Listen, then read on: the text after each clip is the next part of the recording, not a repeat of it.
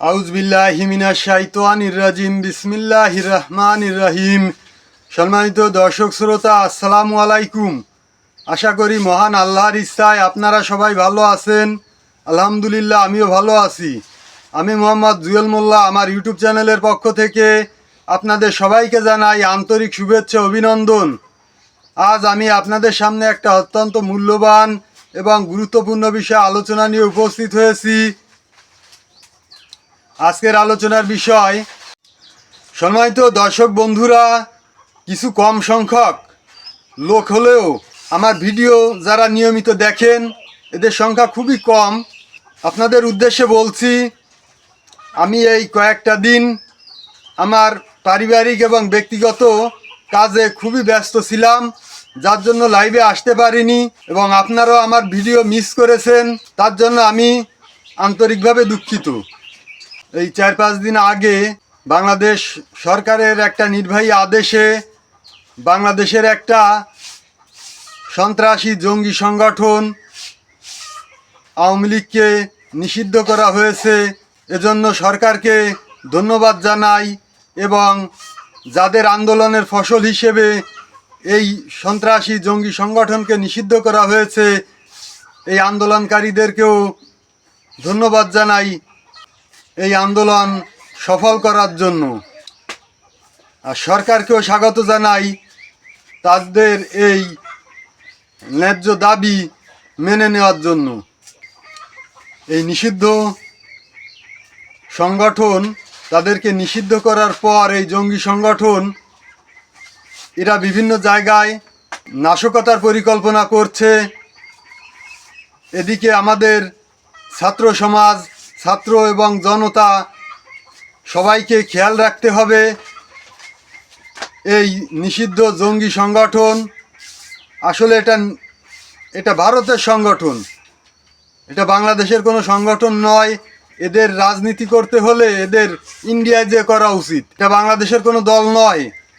কারণ শেখ হাসিনার অবৈধ সরকার যখন ক্ষমতায় ছিল, তখন তারই পররাষ্ট্রমন্ত্রী মোমেন বলছিল আওয়ামী লীগ ক্ষমতায় থাকলে ভারতের লাভ হয়। তাহলে যে দলকে দিয়ে ভারতের লাভ হবে সেই দলকে আমরা চাই না, আমরা চাই যাকে দিয়ে বাংলাদেশের লাভ হবে। এবং এদের পক্ষ হয়ে অনেকে দেখি ফেসবুকে লেখালেখি করছে। পার্শ্ববর্তী রাষ্ট্র তারাও বিভিন্ন ধরনের মন্তব্য করছে। এইসব লোকগুলোর আসলে লজ্জা হওয়া উচিত, যারা আওয়ামী লীগ নিষিদ্ধের কারণে আওয়ামী লীগের জন্য মায়া কান্না হচ্ছে। তারা তো আওয়ামী লীগ 16টা বছর ক্ষমতায় থেকে যত গুম খুন করেছে, গণহত্যা করেছে, বিদেশে অর্থ পাচার করেছে, 16টা বছর মানুষের ভোটের অধিকার, বাক স্বাধীনতা কেড়ে নিয়েছে, মানুষকে ভোট দিতেও দেয়নি, কাউকে ভোটে দাঁড়াতেও দেয়নি। আর আজ এইসব লোকগুলোর, এইসব কুত্তার বাচ্চাদের, এদের জন্য এত মায়া কান্না। সরকারের কাছে দাবি জানাবো, এই নিষিদ্ধ সংগঠনকে সরকার নিষিদ্ধ করে একটা ভালো কাজ করেছে, জনকল্যাণমুখী কাজ করেছে। এজন্য আবারও সরকারকে ধন্যবাদ জানাই। এবং যারা এদের পক্ষ হয়ে এই দেশের রাজপথে নেমে বিশৃঙ্খলা সৃষ্টির চেষ্টা করবে, নাশকতার পরিকল্পনা করবে, তাদেরকে গ্রেপ্তার করতে হবে এবং রাষ্ট্রবিরোধী মামলা দিয়ে তাদেরকে উপযুক্ত বিচারের আওতায় আনতে হবে। আর এদের পক্ষ হয়ে যারা ফেসবুকে লেখালেখি করবে, তাদেরকেও গ্রেপ্তার করতে হবে এবং রাষ্ট্রবিরোধী মামলা দিয়ে এদেরকে উপযুক্ত বিচার করতে হবে। তার কারণ আওয়ামী লীগ, ছাত্রলীগ, যুবলীগ সহ আওয়ামী লীগের যত অঙ্গ সংগঠন আছে, এক কথায় আওয়ামী লীগ মানেই একটা জঙ্গি সংগঠন। আর এই জঙ্গি সংগঠনের পক্ষে যারা দাঁড়াবে, এদের পক্ষে যারা কথা বলবে, সরকার এই নিষিদ্ধ সন্ত্রাসী সংগঠনকে নিষিদ্ধ করে সরকার একটা রাষ্ট্রীয় দায়িত্ব পালন করেছে, একটা জনকল্যাণমুখী কাজ করেছে। তাই এই নিষিদ্ধ সংগঠন, এই ভারতের সংগঠন, এদের পক্ষে যেন কেউ দাঁড়াতে না পারে, এজন্য সরকার প্রশাসন এবং সাধারণ ছাত্র জনতা সবাইকে সচেতন থাকতে হবে।